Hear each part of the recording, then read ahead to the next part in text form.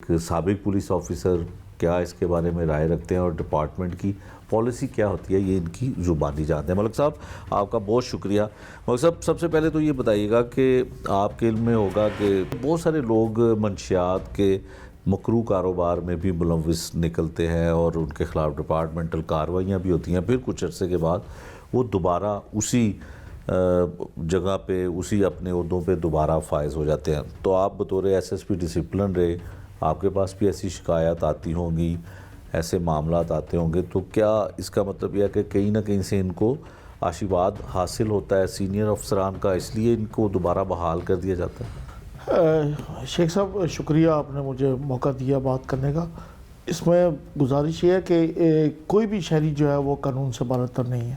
اور جب وہ پولیس کی وردی پہن لیتا ہے یا قانون نافذ کرنے والے ادارے کے ساتھ مل جاتا ہے تو اس کی ذمہ داری زیادہ بڑھ جاتی ہے۔ اگر ایک عام شہری قانون کی خلاف ورزی کرے تو اس کے خلاف آپ ایکشن لے سکتے ہیں، کوئی بھی قانونی اس کے خلاف تعزیری جرم کے تحت، لیکن جب آپ یونیفارم کے اندر اس طرح کی بات کرتے ہیں تو آپ کی مورلی ذمہ داری زیادہ بڑھ جاتی ہے اور لوگوں کو اس کے اندر آواز اٹھانے کا زیادہ موقع مل جاتا ہے۔ اور اس صورت میں آپ جس اہلکار نے یہ کوئی حرکت کی ہو یا قانون سے تجاوز کیا ہو یا کوئی غیر قانونی کام کیا ہو یا کوئی غیر اخلاقی حرکت کی ہو، وہ کسی صورت بھی اس قابل نہیں کہ اس کو کوئی رعایت دی جائے، اور اس کے سخت سے سخت قانونی کارروائی کرنی چاہیے، تعزیری کارروائی کرنی چاہیے، اور اس کے علاوہ جو محکمانہ کارروائی ہے اس کو اس طرح کی کارروائی کرنی چاہیے کہ وہ دوبارہ محکمے میں نہ آ سکے، اور ان کالی بھیڑوں کی وجہ سے جو محکمے میں اچھے کام بھی ہوتے ہیں وہ بھی پس پردہ چلے جاتے ہیں اور لوگوں کو تنقید کا موقع ملتا ہے۔ ٹھیک ہے، اچھا ملک صاحب یہ بتائیے گا کہ پچھلے دنوں ایک واقعہ پیش آتا ہے کہ رائے ونڈ کے علاقے میں ایک خاتون ہے جس کی برہنہ ویڈیو بنائی جاتی ہے، اور جب وہ مقدمہ درج کروانے کے لیے پولیس اسٹیشن جاتی ہے تو پھر اس کو اس پولیس اہلکار کی جانب سے وہ ویڈیو برہنہ جو بنائی ہوتی ہے وہ واٹس ایپ کی جاتی ہے، اگر کوئی قانونی کارروائی کرو گی تو تمہاری یہ ویڈیو وائرل ہو جائے گی، اور پھر وہ جو رائے ونڈ سٹی پولیس اسٹیشن ہے اس کی چوکی انچارج کے پاس جاتی ہے مقدمہ درج کرانے، تو اس کو جو پولیس کا جو چوکی انچارج ہے وہ اس کے ساتھ ناروا سلوک اختیار کرتا ہے، مقدمہ بھی درج نہیں کرتا۔ D A G operation Faisal Kamran جب ان کو پتہ چلتا ہے تو سب سے پہلے تو وہ اس چوکی انچارج کو معطل کرنے کے احکامات دیتے ہیں، پھر اس کا مقدمہ بھی درج ہوتا ہے اور گینگ ریپ کی دفعات کے تحت ایف آئی آر درج کی جاتی ہے، پھر اس ملازم کو پکڑا بھی نہیں جاتا اس لیے کہ وہ مفرور ہو جاتا ہے۔ تو ایسے لوگ جو ڈپارٹمنٹ میں رہتے ہوئے یونیفارم پہن کے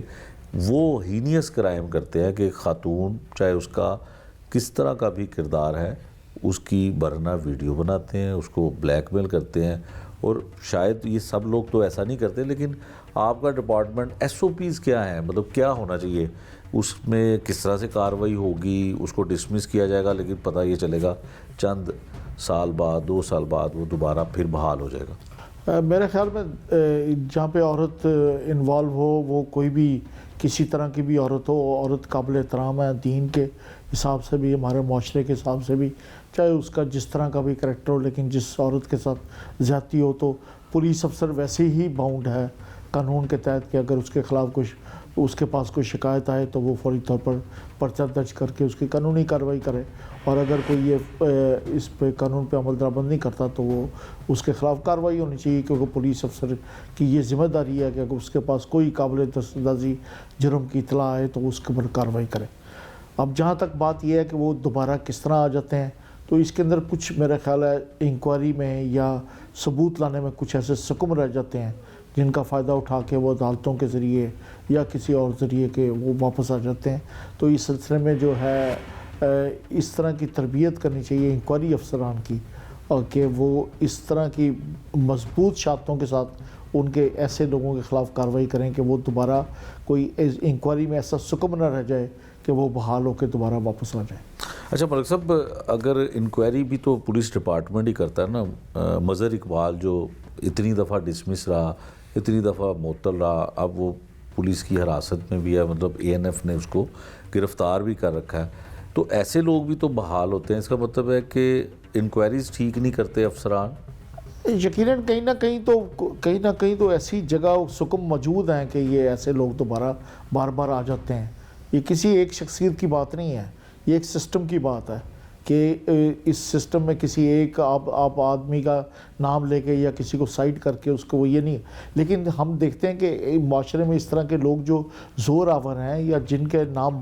جو بدنام زمانہ آپ کہہ رہے ہیں کہ جو پولیس کے اندر کالی بیڑے ہیں، وہ بار بار کس طرح دوبارہ محکمے کے اندر آ جاتے ہیں. تو اس کے اندر یقیناً کچھ نہ کچھ سکم رہ جاتے ہیں، کچھ نہ کچھ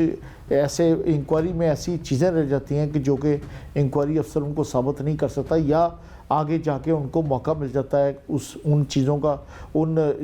جو چیزیں رہ جاتی ہیں ان کا فائدہ اٹھا کے وہ دوبارہ بحال ہو کے آ جاتے ہیں. تو اس سلسلے میں دوبارہ ایس او پیز کو دیکھنا چاہیے، دوبارہ انکوائریز کو دیکھنا چاہیے، دوبارہ دیکھنا چاہیے کہ اور یہ اس بات پہ غور کرنا چاہیے کہ یہ آخر کیا وجہ ہے کہ یہ بدنام زمانہ لوگ جو ہیں یہ دوبارہ کس طرح محکمے میں آ جاتے ہیں. اس لیے عدالتوں کو بھی دیکھنا چاہیے اور ہمارے اپنے محکمے میں بھی اس بات کو دیکھنا چاہیے کہ اس طرح کی ایس او پیز یا اس طرح کی ٹریننگ کی جائے انکوائری آفیسرز کی کہ یہ کوئی ایسا سکم نہ رہ جائے کہ جو بدنام زمانہ لوگوں یا جنہوں نے کوئی ایسا کبھی جرم کیا ہو یا معاشرے میں وہ اس طرح کے پولیس کے نام کے اوپر ایسا دبا لگا گئے ہوں تو وہ